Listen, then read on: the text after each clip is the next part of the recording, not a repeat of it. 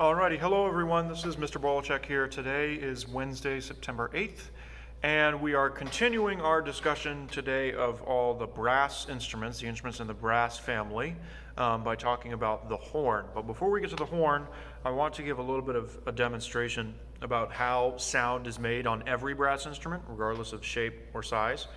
And that's simply by blowing air in between my lips and making them vibrate, or buzz, as we call it in the band world, making my lips buzz together.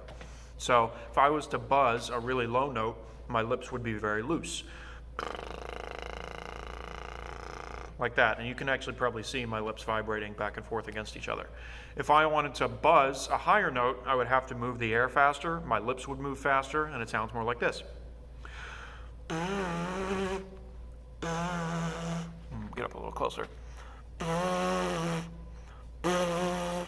Okay, so that's basically how my lips buzz together.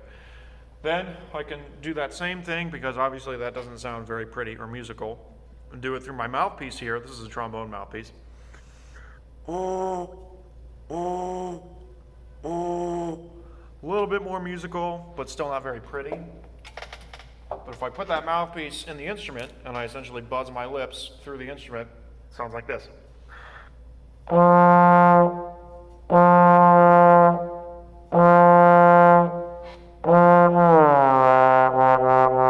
Much prettier, much more musical sound. And all brass instruments work the same way. Some play higher, some play lower, but all brass instruments require the brass player to buzz their lips together to make sound. Okay, now about the horn. The horn, first of all, looks like this.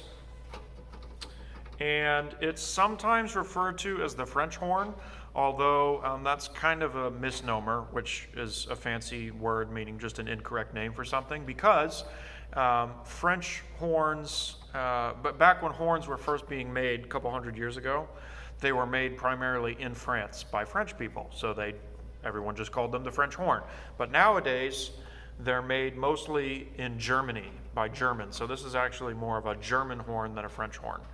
And so the International Horn Society, which, yes, there is an International Horn Society, decided about 50 years ago to refer to this instrument as the horn, not the French horn. So this is a horn.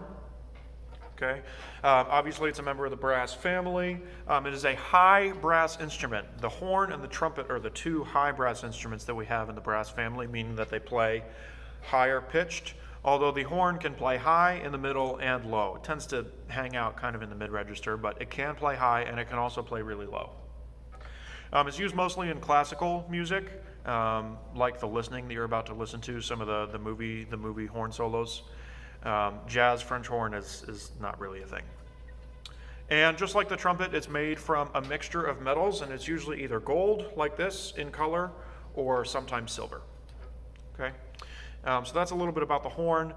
Now, the horn did not always look like this.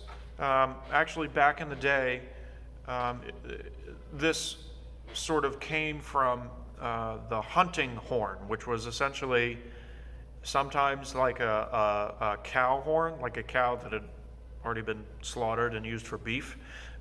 They would take the horn off the cow, hollow it out, and they would be able to buzz their lips into the small part of the horn, and the sound would project out very, very long distances. So hunting parties would take these hunting horns out with them, and they would use it as a signal that maybe they had found a kill, or maybe someone in one of the parties was in trouble. It was basically used as a signal to carry sounds across long distances.